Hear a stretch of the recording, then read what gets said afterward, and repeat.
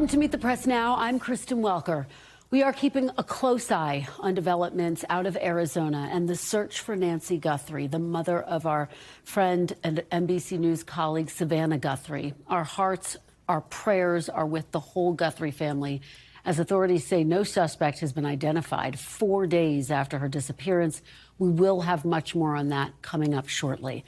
But we do want to begin here in Washington with President Trump sitting down for an exclusive interview with my NBC News colleague Tom Llamas as the White House faces backlash over its immigration crackdown and its handling of the economy.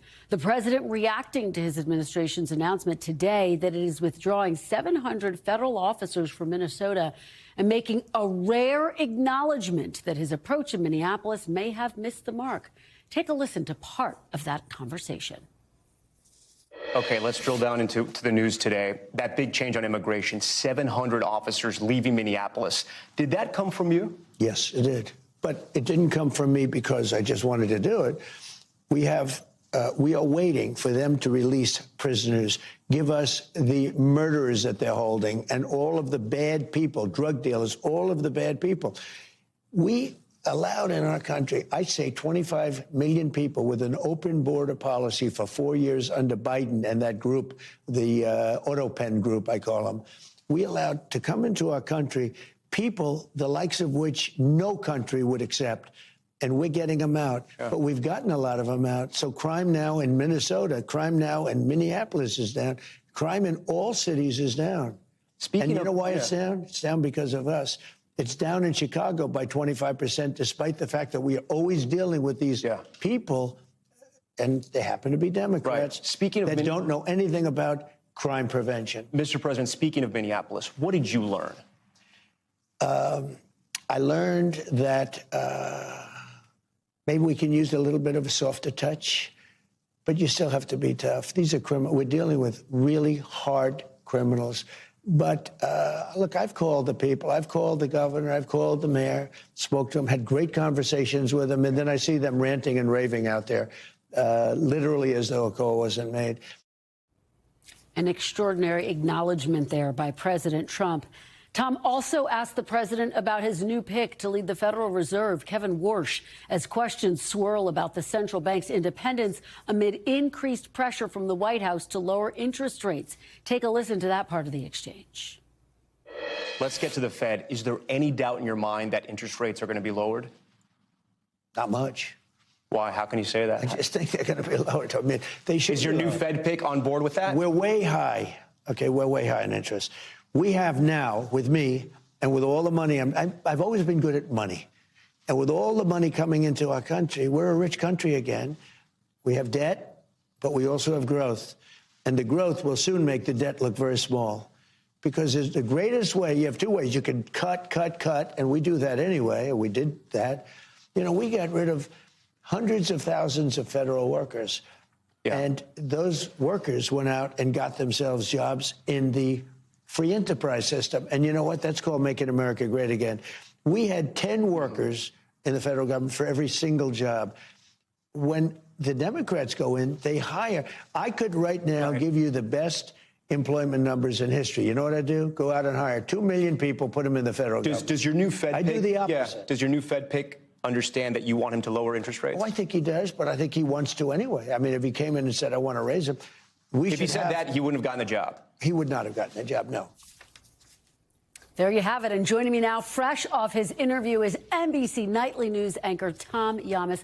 Tom, congratulations. This is full of headlines. Yeah. And I want to pause on the president's comments saying what he learned is that he thinks they can take a softer touch in Minneapolis. I thought it was a remarkable admission by President Trump. It's the furthest we have heard him go, quite frankly, in terms of acknowledging that something has to change in Minneapolis. What did you make of that part of your exchange and your interview overall? From what he told us and from what it sounded like, he learned something from what happened in Minneapolis. 2 Americans had died. The tactics were being protested.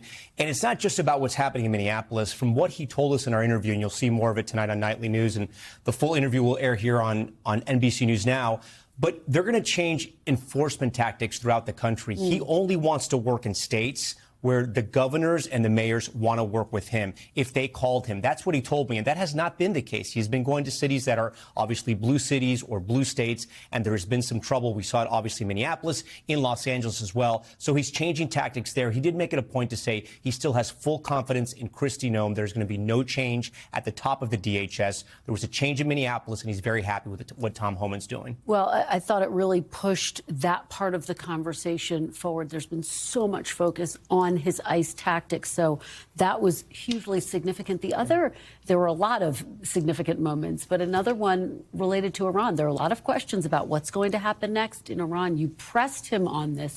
Tom, what was your key takeaway? We wanted to get a firm understanding of why the Armada was headed to Iran. Yeah. The president has said time and time again that our B-52 bombers obliterated Iran's nuclear program. So the question then becomes, why the urgency now? Why do we need to go over to Iran now? And why are we threatening military action? Here's what he told me. Should the supreme leader in Iran be worried right now? I would say he should be very worried, yeah. He should be. As you know, they're negotiating with us. I know they are, but the protesters have said, you know, where are the Americans? You promised them we would have their back. Do we still have their back? Well, we've had their back, and look, that country's a mess right now because of us. We went in, we wiped out their nuclear. So that's the question. If we wipe them out, we have peace in the Middle East. Yeah. If I didn't take out their nuclear, think of it. If we didn't take out that nuclear, we wouldn't have peace in the Middle East because the Arab countries could have never done that. They were very, very afraid of Iran. They're not afraid of Iran anymore. We wiped out those beautiful B-2 bombers, one's right over there, those beautiful little model. Those beautiful B-2 bombers went in and they hit their target, every single bomb, and obliterated it. And because of that, they were going to have a nuclear weapon within 1 month. Yeah. Within 1 month, they were going to have a nuclear weapon. Yeah. That was a big threat. They're not going to have it anymore. But if we obliterate it, what's the deal about? I mean, if there's no more, are they trying to restart the nuclear program? Well, I heard that they are, and if they do, and I let them know, if they do, we're going to send them right back and do their job again. So your understanding is they tried to restart it, and that's why you're threatening force? They tried to go back to the site. They weren't even able to get near it. There was total obliteration. But they were thinking about starting a new site in a different part of the country. We found out about it. I said, you do that, we're going to do very bad things to you. So the president telling us about some of the plans there in Iran and what led to sort of the Armada headed over there, along with the protesters. I do also want to say he made a lot of news speaking about his Vice President J.D. Vance and Secretary of State Marco Rubio and the possible ticket in 2028. Nobody knows where that's going to go. And also what's happening in Fulton County, why the FBI is there, why Tulsi Gabbard is there. We asked him all those questions. You'll hear the answers tonight. Well, there's going to be a lot of interest in all of those answers. Tom, it's a fantastic interview. Congratulations. I do want to shift gears. Yeah. We are obviously so sad here at NBC as our beloved colleague Savannah Guthrie awaits answers on where her mom is. And right after your interview, President Trump called Savannah. What can you tell us about that? This was important to the president. After the interview, off camera, he really wanted to get in touch with Savannah Guthrie, and we were there when he did. He called Savannah. She was on the phone with him and her family, and he wanted to express his support, that he's thinking of her, that he understands what has happened. He just really wanted to reach out to her. And from my perspective, from witnessing this, he really is concerned and he cares about Savannah and her family. And he wants to make sure that Nancy Guthrie is found and is found alive and Savannah and her family can get some closure. And he wanted to make sure that she understood that he is on top of it and he's aware of it and that he cares and he wants to make sure this comes to some type of conclusion. Yeah, it just underscores that this entire country is in collective prayer right now for Nancy Guthrie. Tom Llamas, thank you so much. We'll be watching tonight on Nightly News and back here again on Top Story. Well, you can see more of Tom's exclusive one-on-one interview with President Trump, as I just said, tonight on Nightly News, and an extended version will air on Top Story right here on NBC News Now. Plus, even more will air during the Super Bowl this Sunday on NBC News. You don't want to miss any of it. It is a fascinating headline-making conversation.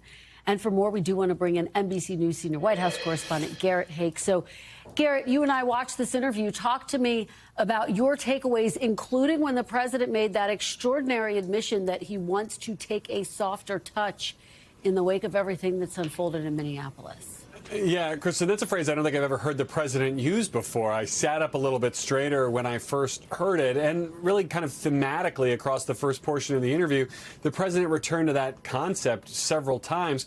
I think it's an acknowledgement of the political gravity that he's facing here, that he has defied so many times on so many other topics, that the Republican Party was seeing an issue that had been a strength turn into a weakness, that the American people who voted for Donald Trump to close off the border and to start this mass deportation program liked what they saw about some of it, but not the deportations that were happening in cities, not the way the protest movement against those deportations were being handled. And the president, who's pretty finely tuned political antenna on most issues, I think was kind of humming here to the point that he realized that's not going to be a winning set of messages for November. He needs to kind of moderate his stance on the deportation efforts. Well, if he moderated there, it was a bit of the opposite when Tom pressed him on the Fed. What did you make of that and his bravado when he was talking about the fact that, yes, he in fact does expect the Fed to lower interest rates, despite the fact that the Fed is independent? Yeah, I didn't see that as necessarily an aggressive or particularly surprising answer from the president. I mean, he's been very clear the direction he wants to see this go. The Fed has already been cutting interest rates. They only paused after this most recent meeting. I think his expectation that they'll continue to do so again would be, stronger if he ends up getting 2 board members confirmed. He's got Stephen Myron there on a temporary basis if he gets Warsh confirmed as well. And I think he's buttressed a little bit by the fact that Kevin Warsh is not, some fire-breathing Trump loyalist in the minds of a lot of people in Washington, or certainly in the minds of the markets. I mean, this is a guy who was a banker who worked in the Bush administration. He's been there before. So the president can say what he's going to say, and Wall Street's going to look up and see one of their own at the helm here. And I think it gives the president, at least clearly in his mind politically, room to speak a little bit more freely about this without having any more control, tomorrow or after Warsh gets confirmed than he actually does today. That's a great point. Garrett Hake, stay with us. We're asking you to do double duty today because I want to turn now to our other big political story of the day. The president doubling down on his call for the federal government to take control of elections, even as the White House and his allies on Capitol Hill try to spin his comments as a push for legislation to mandate proof of citizenship for voters. But the president clearly going much further during a podcast with his former deputy FBI director, saying Republicans should nationalize voting despite the Constitution granting decisions about elections to the states. And yesterday in the Oval Office accusing several Democratic-run cities of corruption. Look. If a state can't run an election, I think the people behind me should do something about it. Because, if you think about it, a state is an agent for the federal government in elections. I don't know why the federal government doesn't do them anyway. If we have areas, take a look at Detroit, take a look at Pennsylvania, take a look at Philadelphia. You go take a look at Atlanta, look at some of the places that horrible corruption on elections. And the federal government should not allow that. The federal government should get involved. These are agents of the federal government to count the votes. If they can't count the votes legally and honestly, then somebody else should take over. But despite the president making his meaning clear, his allies on Capitol Hill continue to try to smooth over his comments. Are you concerned that he keeps on bringing this idea up? Well, a constitutionality issue about it? I think he's generally referring to the SAVE Act, but I know, if he expands on that. But no, I think it's a distributed, decentralized elections held at the state level, in my view, are a protection against hacking and other things. What I assume he meant by it is that Congress ought to pass the SAVE Act, which I'm a co-sponsor of. Yeah, but then he was asked about that, and he did not say that. He said that they should take over the voting. Well, listen, here's what we ought to do. We ought to pass the SAVE Act. Now, the states are going to administer the elections, of course, A, because it'd be a nightmare for the federal government to do it, and B, the Constitution entrusts administration of federal elections to the states. But does that mean that there are no federal rules? Not at all. I think there should be. It comes as Fulton County, Georgia filed a lawsuit in federal court seeking the return of all files from the 2020 election that were seized by the FBI last week. Fulton County Chairman Rob Pitts expressing frustration over the lack of information earlier today. We don't know where they are. We don't know really who has them. We don't know what they're doing with them. Are they being tampered with? I can use my imagination, and I would certainly hope not, but we don't know. We're also getting new footage of that FBI search from the body cameras of local police obtained by the Atlanta Journal-Constitution, showing some confusion about the government's search warrant.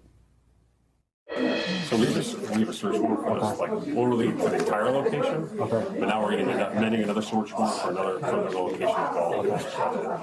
Okay. So we'll have that pretty soon. So this is all in regards to election side stuff. We wanted to let her facilitate us moving through the building to unlock the gates so that we don't have to breach it, because one way or the other, the records are coming with us today.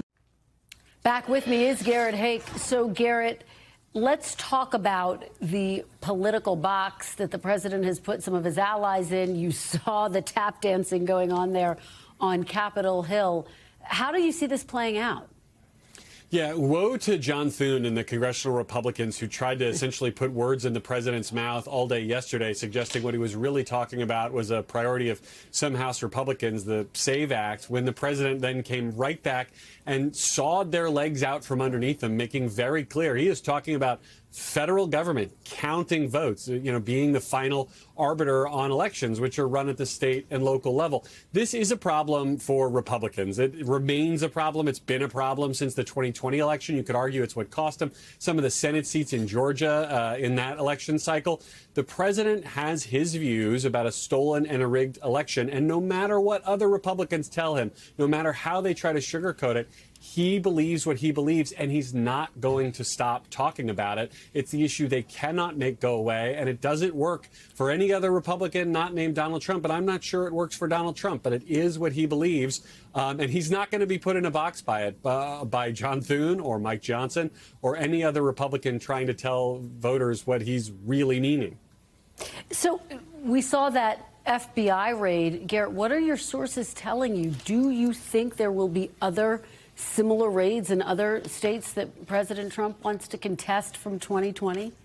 Well, look, Kristen, I don't have specific reporting on that. What I have is sort of past practice here. I mean, the president has a very specific way of communicating what he wants to see his lieutenants do. We've seen it on so many issues over and over again. We've particularly seen it on the investigations that he wants to see happen, where he feels very comfortable coming right out in public and saying exactly what he wants to see done. So when I heard him yesterday in the Oval Office start talking about Detroit and start talking about Philadelphia and some of these other cities, I thought, all right, those folks should probably start getting ready for federal agents to come to their doors. I mean, the president communicates quite openly with his Justice Department, as we've seen several times. And there's also the unexplained role that Tulsi Gabbard has in all of this. The president and his staff have given different answers on exactly how involved the Director of National Intelligence is in these investigations. But her arrival in Fulton County with no particular portfolio other than apparently an interest in election security suggests to me, again, that we might see her show up in some of these other places. So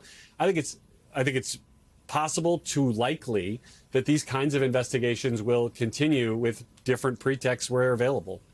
All right. Garrett Hake, thank you so much for covering so much ground for us. We really appreciate it. Great to see you, as always. Coming up, the urgent search for answers. We will have an update on the investigation into Savannah Guthrie's mother, Nancy Guthrie, as authorities track hundreds of leads and call on the public for help. Stay with us. You're watching Meet the Press Now.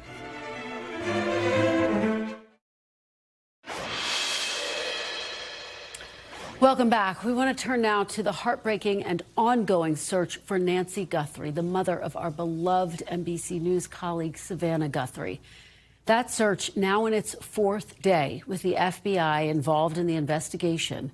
Authorities in Arizona say they still have not identified a suspect or person of interest in the case, and detectives are speaking with anyone who may have had contact with Mrs. Guthrie. The Pima County Sheriff's Department says it's aware of reports of 2 ransom notes sent to news organizations, but NBC News has not seen those notes, and so far no law enforcement agency has substantiated them.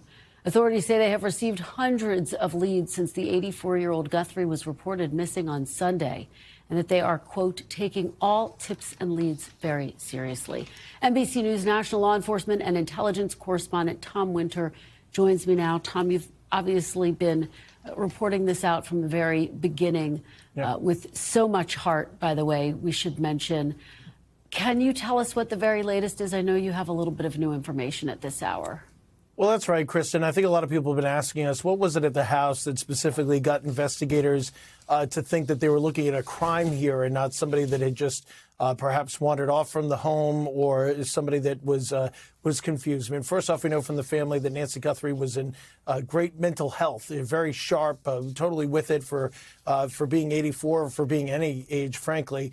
But we do have some details we'll share with you today based on two senior officials briefed on the matter, who have said that they did find apparent blood outside of the home, and that they also noted that her pacemaker, which is connected to a monitoring app, that sometime in the early morning hours, that connection is stopped. In other words, that at some point she's taken from there, and that connection is no longer made. So that's just a sense of what investigators are looking at, and particularly looking at that timetable is a focal point of the investigation.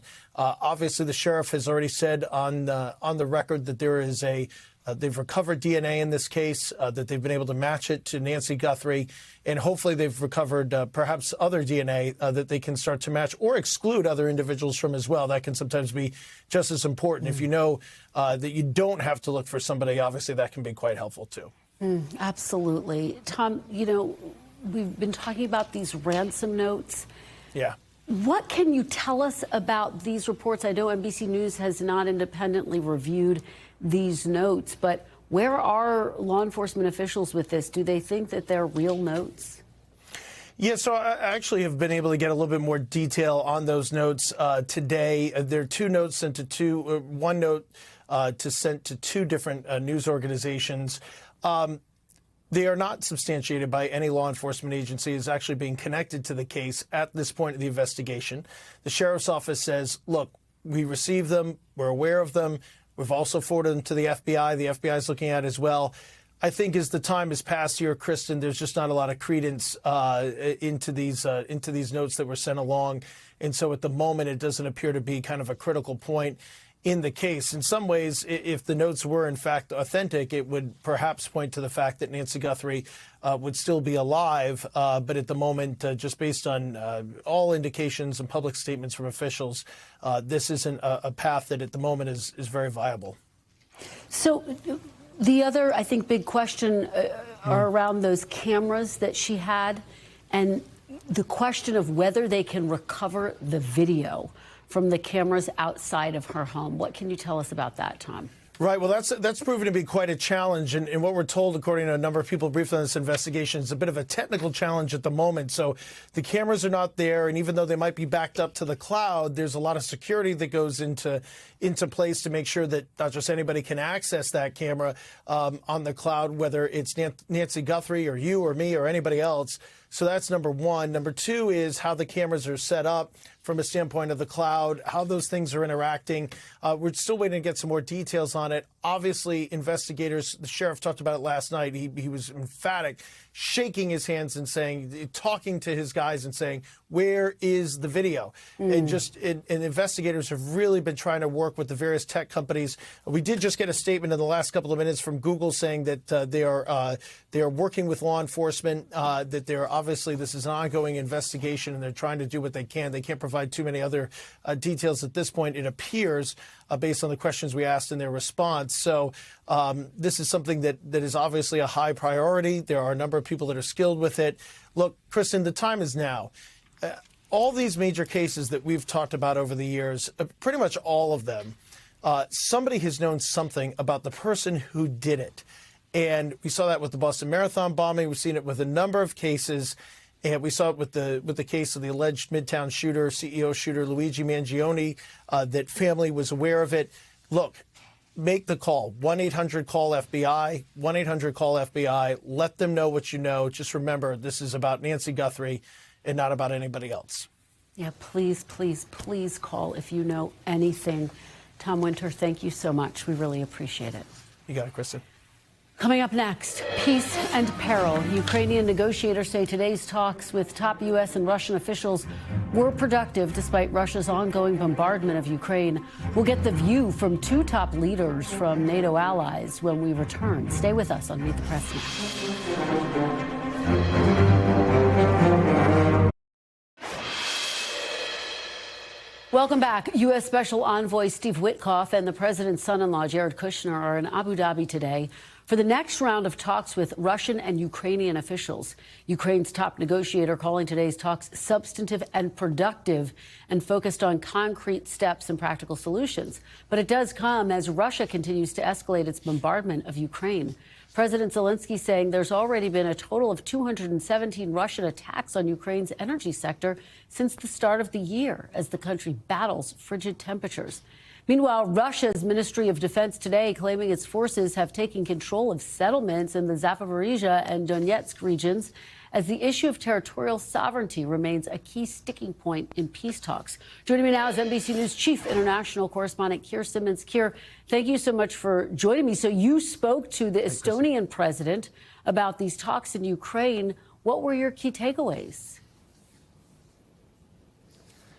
Well, I don't think there's optimism, Kristen, but I think there's realism. President Zelensky today, after the talks, saying that the war must end for real. What he means by that, there must be real security guarantees.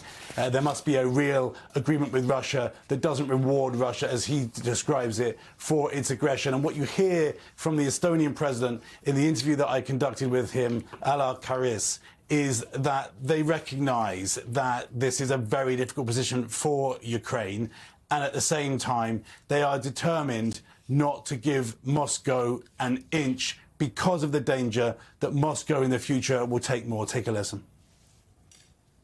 Do you think this comes down to President Putin? At this very moment, yes. So we'll see. I mean, there have been so many attempts. I mean, from President Trump and also Zelensky and also other presidents of different countries to convince Putin that one should stop this war in Ukraine. Should Ukraine give up territory in order to gain peace? Of course, Estonia and other Western countries never accept this giving away territories. But of course, I mean, it's up to Ukraine. Because at some point you realize, I mean, Ukrainian people are dying, not only in the battlefield, but also in Kiev and some other places, civilians, children. So you have to find a balance at some point, either to give temporarily some land away and stop this war. To give you a picture, Kristen, even while the talks are happening here in the UAE, the temperature in Ukraine is -4 degrees Fahrenheit. And officials are saying 1,000 tower blocks in the capital, Kyiv, are without heating after the Russians, for example, hit a power plant in Kharkiv, have been hitting the power infrastructure in Ukraine. President Trump has said that he believes that President Putin kept his word and stopped the bombardment for a week. Because of those terrible temperatures. The Ukrainians say, no, the Russians have broken that agreement. And that's just a reflection, isn't it, of how challenging it will be to come to an agreement with the Russians, despite these negotiations clearly making some progress. Yeah, it speaks to the fact that the sides are still very far apart. Keir, thank you so much. Joining me now on set is the Foreign Minister of Lithuania, a member of the NATO alliance, Kęstutis Budrys. Thank you so much for being here, Mr. Foreign Minister. Thank you for having me here. Well, we appreciate it. You are just emerging from some critical meetings here in Washington. What can you tell us? What was your sense coming out of these meetings? I see that United States are returning to the leading position, creating multilateral formats to secure its own security, your own security, economic security, but also creating the conditions for the others to follow this path. For Lithuania, it is really important to increase our economic security level, as we were a target for economic coercion from China 5 years ago, really bad one. So we need the tools how to protect ourselves, so how to prevent us from China returning to repeat unfair practices of exports control that would damage our economies and our strategic industries. So United States are taking the lead, showing the way how to organize it, initiate the new format, how we would invest and control the markets for it to be reliable and for our investors to believe that it is something serious that we are creating. What do you make of the meetings in Abu Dhabi? You have Jared Kushner, Steve Witkoff. What is your expectation for what can come out of those meetings? They have to come together with the points of pressure on Russia. We all know why we don't have the peace deal till now. That's because Putin doesn't want it. He exploits the situation. He's playing with our time, delaying all the decisions, and then also extending the efforts of United States in this line. So, of course, we see what is happening with the big expectations that finally there will be the breakthrough, but it's not Ukraine that we have to break through all of it. That's Russia. Well, and seeing now how they are targeting the civilian infrastructure, energy infrastructure, that is the war crime that they are committing right now. So you take me to my question. How do you think Russia will ever be serious about this process when here they are, as you say, in the midst of this frigid winter, targeting the energy infrastructure, depriving people of a shred of warmth? That is absolute classic, what Russia is doing right now. Increasing pressure when there are really important ongoing efforts diplomatically. So this is in combination. So it sort of enables the diplomatic efforts, showing that they can dominate the battlefield, showing the suffering of the civilians, and showing that Ukraine is the weak side in this position. This is what they try to project into us. So we have to deny this projection. So we have to impose further sanctions on Russia to make the price even higher than they're paying right now. And this will be the tool to put them at the table with serious dedication to find the agreement. And we know that Ukrainians are ready for it. So now what is happening, that was very much predictable. Let me ask you, because as you well know, last month, President Trump was highly critical of NATO when he was at the Davos Economic Forum. Do you think that there are tensions that continue to exist in the wake of that, or have they been repaired? How do you see it? I see that those tensions that were there, they are manageable and they were managed. And there is there are enough initiatives and there is enough space for us to find the solutions within the alliance. Washington Treaty of 1949, when the NATO was established, has the Article 1, and it says that if we have some disagreements, we have to find the peaceful solution for it. So if there are different views on the security arrangement in the Arctic, we have to discuss about it. And we are ready to contribute. All alliance is ready to contribute to North Atlantic security. By the way, that's in the name of the NATO, that we have to take responsibility. So we take it as the really call to action, and we have to contribute. So we see that we can manage. It was the same with the tariffs. When there were tensions, we de-escalated it and found the solution. Same with the support to Ukraine. And I see that on Arctic and Greenland, we are in a good path. Do you still think the United States is committed to democracy based on what you're seeing and based on the comments about NATO? We see that you're really committed to defend democracy in those countries that already have. We have to review whether we want to expand it to whole the world and whether it is feasible or not. So number one priority to us all, to Lithuania, that really got a lot from being a democratic country, to defend ourselves. Because now it is not inevitable that we will have the same liberties and the same independence as we had previously. So we have to defend, and in all the fields, militarily, economically, and politically. All right, Mr. Foreign Minister Budrys, thank you so much for being here. We really appreciate it. Thank you. Good to see you here. Still to come, DHS divide. I'll talk to the second highest ranking Democrat in the House about the changes to ICE and Border Patrol that Democrats are demanding with just days before funding for the agency expires. This is Meet the Press Now.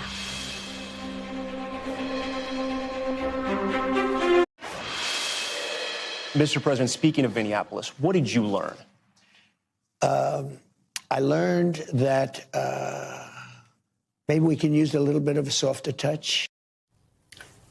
Welcome back. Joining me now is the panel NBC News senior national political reporter Sahil Kapoor, former White House Deputy Press Secretary to President Biden Andrew Bates, and former George W. Bush administration official Ashley Davis. Thanks to all of you for being here on this day where Tom Llamas got this exclusive interview with President Trump. Sahil, so let's start right there. That was just a clip of the broader exchange that we played at the top of the program where President Trump acknowledges, I think we could have had a softer touch. What are the implications of that, particularly as the president says he's going to go about deploying these ICE officials differently now? It's interesting that President Trump qualified himself immediately by saying, need a softer touch, but still got to be tough.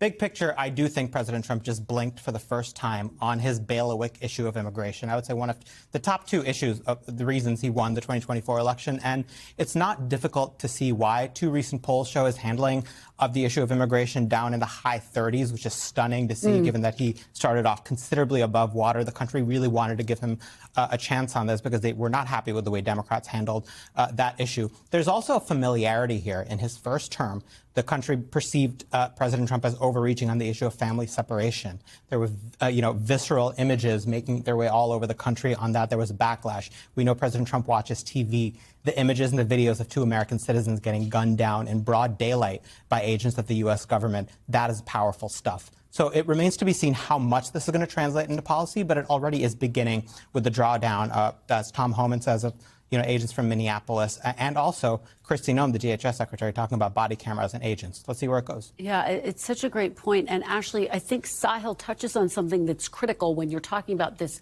president, which is the power of these images, these two U.S. citizens killed at the hand of these federal law enforcement officials.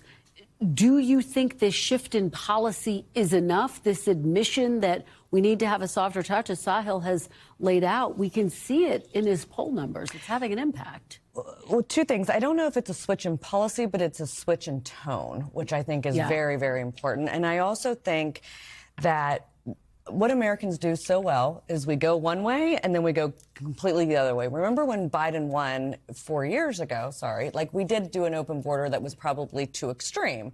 And now we're going the other way where he closed the border. He did a really good job on that. But now we're actually going too extreme on this front. And I'm pretty conservative on the border. My background's Homeland Security.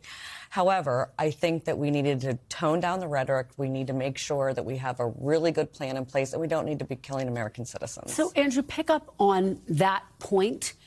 How do Democrats at this point look forward to 2026? Obviously, as Ashley's laid out here, the argument against some of these Democratic candidates is going to be that they're soft on the border. They're not going to be as tough as the Trump administration and Republicans. What do you think the playbook needs to be moving forward? The starting point should be that he broke his promise to prioritize deporting violent criminals. He said that in speech after speech. To Ashley's point, there's nobody who disagrees with that. I support doing that. But instead, we have these roving patrols that are going through communities, bullying people, engaging in racial profiling. And now you have American citizens who are being killed for exercising their First and Second Amendment rights. And so Democrats are right to call that out. And there's also an economic frame in which you can do it. I've seen folks from Hakeem Jeffries to AOC talk about that.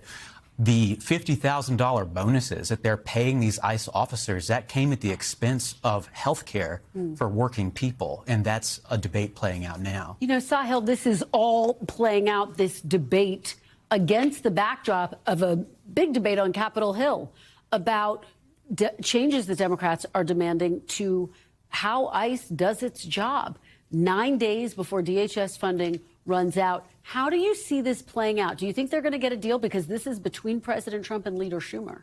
Less than a week and a half away. The deadline is Friday the 13th, and it is not looking good at this time. The two parties are very far apart on the issue of ICE and DHS reforms. Some things, like, for instance, body cameras, which the administration is already moving towards, yes, they can agree on that. But other things like forcing agents to remove their masks, I've talked to Republicans who think that's a problem because of doxing.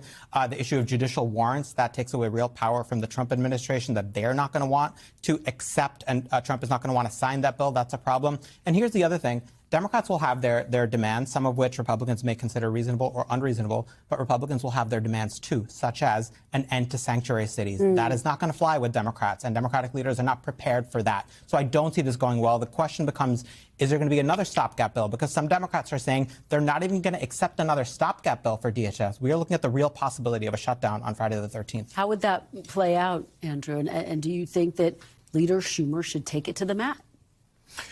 It is unacceptable to have people being killed by armed goons in the streets because they are voicing their disagreement with the government. This is the kind of issue where Democrats agree across the board, and like you were talking about, polls keep showing more and more Republicans and independent voters are very opposed to what's going on, and this is driving them towards Democrats. It's not something that we should be weak about. It's something that we should stand our ground on. Ashley, the last government shutdown, Republicans got the bulk of the blame. And I'm not talking about this short-term one that we all just lived through, the longest government shutdown in U.S. history. We lost that battle. Yeah, so here we are facing healthcare. Another potential partial government shutdown. It would be DHS, but it would be other agencies as well, TSA, for example. How do you think President Trump should play this in his negotiations with Chuck Schumer? I actually think, maybe I've been around this town too long, I think we're going to be in a situation of continuing resolution after continuing resolution. I mean, because the facts are CBP and ICE are going to be funded through 2029 no matter what because of the big, beautiful bill. However, what's going to shut down is FEMA, TSA, the Coast Guard, and that's not a good message for either side. So I think that I think the 9 days is going to turn into 9 months. Andrew, could that backfire if that does happen, in fact? Because as Ashley's laying out, it's not just DHS. We're looking at all these other agencies. Something that's inescapable for congressional Republicans in these midterms is the American people know who has majorities. They know who has the White House. That is an impossible hurdle when you are saying, I'm not in charge despite these majorities, despite the White House. One of the extraordinary aspects of this, Sahil, and I'll give you the final word on this, is that this is up to President Trump and Leader Schumer. During the longest government shutdown in U.S. history, President Trump did not engage in the negotiations. Now, here he is trying to work out a deal. Talk about their complicated relationship and how that could unfold. It's a very different posture that the White House and Republican leaders have on this issue of immigration in the wake of those two killings than they had on health care.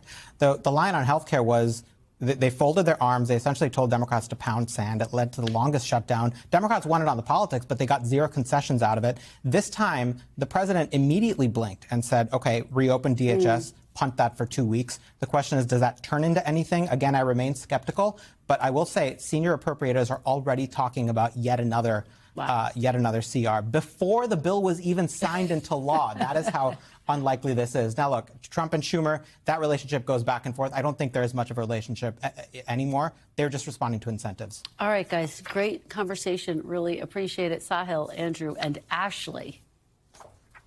Joining me now is Democratic Congresswoman Katherine Clark of Massachusetts. As Minority Whip, she is the #2 Democrat in the House of Representatives. Congresswoman, thank you so much for joining me. I really appreciate it. Oh, it's good to be with you, Kristen. Thank you for having me. Absolutely. Well, it's great to have you. I do want to start with this potential deal, these talks to try to reform ICE. I don't have to tell you this. The clock is ticking, just 9 days to go to work out a deal before funding runs out for the Department of Homeland Security. Now, the White House is saying that the deal will be primarily worked out between Senate Minority Leader Chuck Schumer and the president. Do you trust Leader Schumer and President Trump to work out a deal in the remaining days? Well, let me tell you, as far as Senator Chuck Schumer goes, he is absolutely aligned with House Democrats, and we are going to be part of these negotiations. The president doesn't get to make that call. We are an equal branch here in Congress, and we represent the American people. So we have an understanding of what is going to happen. We are going to have accountability for ICE. We are going to make sure they are no longer a secret police force in our communities. And we are going to end roving patrols where people are being targeted because of the neighborhood they live in, the color of the skin, the accent they might have. And we are going to make sure that ICE is held accountable. These are the things we have heard from the American people that they want to see. They want security in their communities, and they want the end of this violence and chaos. Well, let me ask you, because House Minority Leader Hakeem Jeffries says a second continuing resolution, in his words, is, quote, off the table for Democrats. So let me ask you, if a deal is not worked out by the deadline, are your fellow Democrats united in shutting down DHS?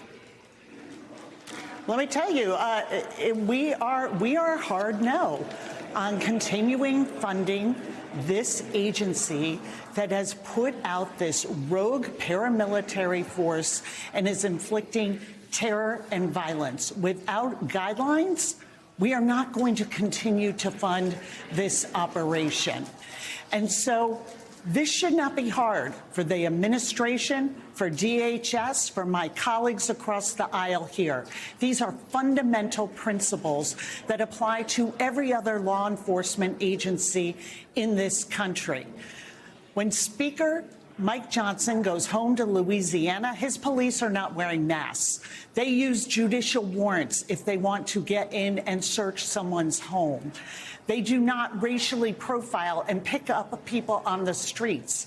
They are not having immigration enforcement pick up and detain and sometimes even deport American citizens. These are fundamental protections for the people of this country. They were sold that this program was going to be about deporting the worst of the worst. And what has happened is we have seen violence, excessive force, and even the execution of American citizens at the hands of this rogue agency. So, Congresswoman, just to be very clear, though, you are prepared to shut down DHS, which we should mention, yes, funds ICE and Border Patrol, but it also means blocking funding for other critical agencies like TSA, the Coast Guard, FEMA. You're prepared to do that? I would push back on you. That is exactly what the Republicans are prepared to do. These are fundamental things. Let's just take the warrant requirement that Speaker Mike Johnson has already rejected. That is in our Constitution. This isn't some new legal theory. What is the outrageous thing here is that ICE is shredding our constitutional rights in front of us and inflicting great violence and terror on law-abiding people, including American citizens. Choose Americans. Choose their security. Choose their ability to be safe in their homes and communities and schools and churches and hospitals. That's what we're asking. If they want to put at risk our Coast Guard, our TSA agents, FEMA, with the storms that we are having because they are unwilling to do and apply what we ask of any other law enforcement agency to ICE and Border Patrol, that is on them. Well, let me try to get specific with you about what Democrats are demanding. I want to show a list of some of the key asks here. It includes having a judge-ordered warrant in order to arrest someone instead of an immigration warrant ordered by the administration. Take a listen to what House Speaker Mike Johnson had to say about that demand. They want to have a judicial warrant on top of the immigration judge warrant. And we can't do that. Just think of it logically, okay? You've got maybe 20 million illegals who came across the border just in the last 4 years when the Biden-Harris administration opened the border wide, okay? Imagine if we had to go through the process of getting a judicial warrant, an additional warrant, to go and apprehend people who we know are here illegally. How much time would that take? We don't have enough judges. We don't have enough time. So are judicial warrants a red line for Democrats? I mean, listen to what that clip you just played. We just had the Speaker of the U.S. House of Representatives saying we don't have time to comply with the U.S. Constitution, which he took an oath to defend. He holds himself out as a constitutional lawyer. It is outrageous, those comments that he just made. This is fundamental. This is in our Declaration of Independence, that this exact sort of attack on people's home and property by law enforcement used as a political arm is how we got the Fourth Amendment and protections for that. That he would somehow gloss that over as some, there's another quote for him where he says that a judicial warrant is another layer of bureaucracy. These are bedrock principles for our country, for our personal liberty, and for the security of our communities. If Mike Johnson can't agree to that, he should really rethink his position as Speaker of the House. Congresswoman, let me ask you about another topic before I let you go, which is President Trump talked about nationalizing elections and having the federal government take control over elections, at least in 15 states, he says. Are you confident that the midterms and the 2028 elections will be free and fair? I think we have to do every single thing in our power to secure our elections. When Donald Trump says these things, tries to walk them back as it was an exaggeration or joking, he's usually telling us exactly where he is going. We know that he is looking at the same polls that we are. We know that he is hearing the same thing from the American people. He told them he would lower their cost of living, make an economy where they can see success for themselves in. He has done just the opposite. And now he has layered on these assaults on communities, on American citizens, on law-abiding people. We have watched Renee Good and Alex Previtt be shot and killed by ICE officers and Border Patrol in our communities. And so now is the time for us to come together and make sure that as he sees his electoral power slipping, that we do everything we can to not let these ICE raids come and intimidate voters in November, that we are protecting our election, that we are demanding answers to what happened in Fulton County in Georgia last week. What was that? And we must do everything to combat the misinformation he puts out about election security and stolen elections and protect the American people and our sacred right to vote from whatever he is going to come up with that will interfere with that come the midterms. All right, Congresswoman Katherine Clark, thank you so much for your time. We really appreciate it. Thank you. And we are back tomorrow with more Meet the Press Now. There's more ahead on NBC News Now.